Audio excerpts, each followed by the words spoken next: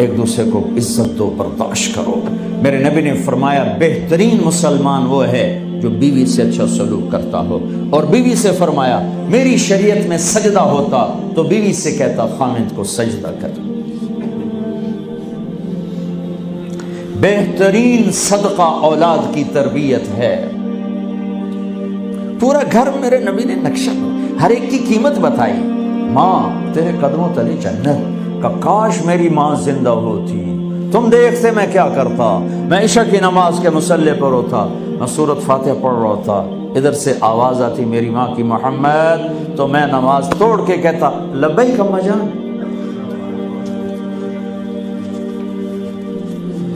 باپ کا تیرے جنت کا دروازہ ہے، باپ تیری جنت کا دروازہ ہے، کھولنا توڑنا نہیں، کھولنا توڑنا نہیں، توڑ دیا تو جنت میں نہ جا سکو گے۔ سب سے بہترین مسلمان جو بیوی سے اچھا سلوک کرے، سب سے بہترین عورت جو اپنے خامند کی منشا کو دیکھے۔ پھر آپ نے ایک عجب بات فرمائی جو معاشرے میں بہت بوجھ بنتا ہے جس کا، ہاں بھائی تمہیں ایسا صدقہ بتاؤں جس سے بڑھ کے کوئی صدقہ نہیں، تمہیں ایسا صدقہ بتاؤں جس سے بڑھ کے کوئی صدقہ نہیں۔ انہوں نے کہا جی کیا؟ کہا الابنۃ المردودہ، جس کی بیٹی کو طلاق ہو گئی یا بیوہ ہو گئی اور گھر واپس آ گئی ماں باپ کے، یا ماں باپ نہیں ہے تو بھائی ہیں، وہ ایک بوجھ بنتی ہے ماں باپ پر بھی، اور بھائی تو ویسے ہی باغی ہو جاتے ہیں۔ میرے نبی نے فرمایا اس بچی پہ خرچ کرنا کائنات کا سب سے افضل صدقہ ہے۔ گھر، ایک گھر کیسے چلتا ہے؟ ہمارے ہاں پنجاب سندھ بلوچستان سرحد میں بہنوں کو وراثت میں کوئی حصہ نہیں ملتا، سب بھائی کھا جاتے ہیں۔ میرے نبی نے فرمایا جس کو اللہ نے 2 بہنیں دیں اس نے ان کا حق ادا کیا، شادی کی حق ادا کیا۔ ماں باپ کی وراثت میں سے ہوتا ہے، اگر میں نے کو خود کمایا ہے اس میں بہنوں کا حق نہیں، ماں باپ سے اگر 1 روپیہ بھی آیا ہے تقسیم کیا جائے گا۔ جس نے بہنوں کا حق ادا کیا، شادی کی حق ادا کیا، اس پہ جنت واجب ہو گئی۔ جس کو اللہ نے 3 بیٹیاں دی اس نے ان کی ڈولی اٹھائی، وہ جنت میں میرے ساتھ یوں ہوگا۔ ایک بولے اگر 2 ہوں، کہ جس نے 2 بیٹیوں کی شادی کی وہ بھی ایسے ہوگا۔ اللہ بھلا کرے۔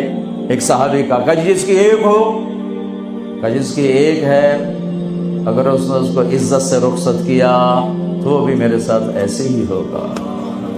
پھر کئی بچیوں کو طلاق پڑی ہے کہ اس کو بیٹا نہیں ہوتا۔ یہاں آنے سے پہلے کا واقعہ، پنڈی سے بچی رو رو برا حال اس کا، میں تو فون سنتا ہی نہیں ہوں ایسے کہ میرا تو کلیجہ پھٹ گیا ہے۔ ہے کہنے لگی کہ سسرال نے کہا تھا بیٹی ہوئی تو طلاق دے دیں۔ میں نے کہا اس میں میرا کیا قصور ہے، اور بیٹی ہی ہوئی اور مجھے طلاق پڑ گئی، اور میں گھر آ گئی 22 سال کی عمر میں۔ بیٹی دینے والا اللہ اور ظلم کرنے والا سسرال۔ میرے نبی کو اللہ نے بیٹے دے کے اٹھا لیے، قاسم اٹھا لیے، عبداللہ اٹھا لیے، ابراہیم اٹھا لیے، 4 بیٹیاں دی، 3 زندگی میں اٹھا لی، زینب، ام کلثوم، رقیہ، تینوں آنکھوں کے سامنے چلی گئیں۔ فاطمہ سے نسل چلی، آپ نے فرمایا لوگوں کی نسل بیٹے سے چلتی ہے، میری نسل میری بیٹی فاطمہ سے چلی۔ اس لعنت کو دھویا۔ عورت کا کیا قصور ہے اگر اس بیچاری کو بچیاں ہو رہی؟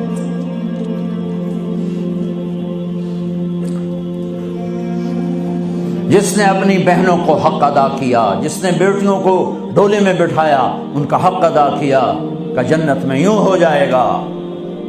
بہنوں کو دینا اتنا ضروری ہے، حرام ہو جاتی ہے روٹی۔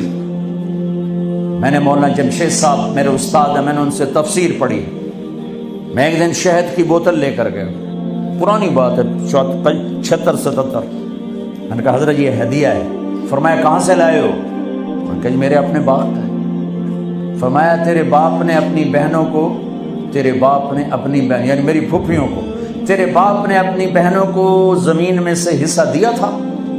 یہ سوال کیوں کیا؟ 10 روپے کی شہد کی بوتل تھی اس وقت، کہ اگر دیا تھا تو یہ میں لے لوں گا، اگر نہیں دیا تو پھر یہ حرام ہے، میں نہیں لوں گا، یہ مطلب تھا۔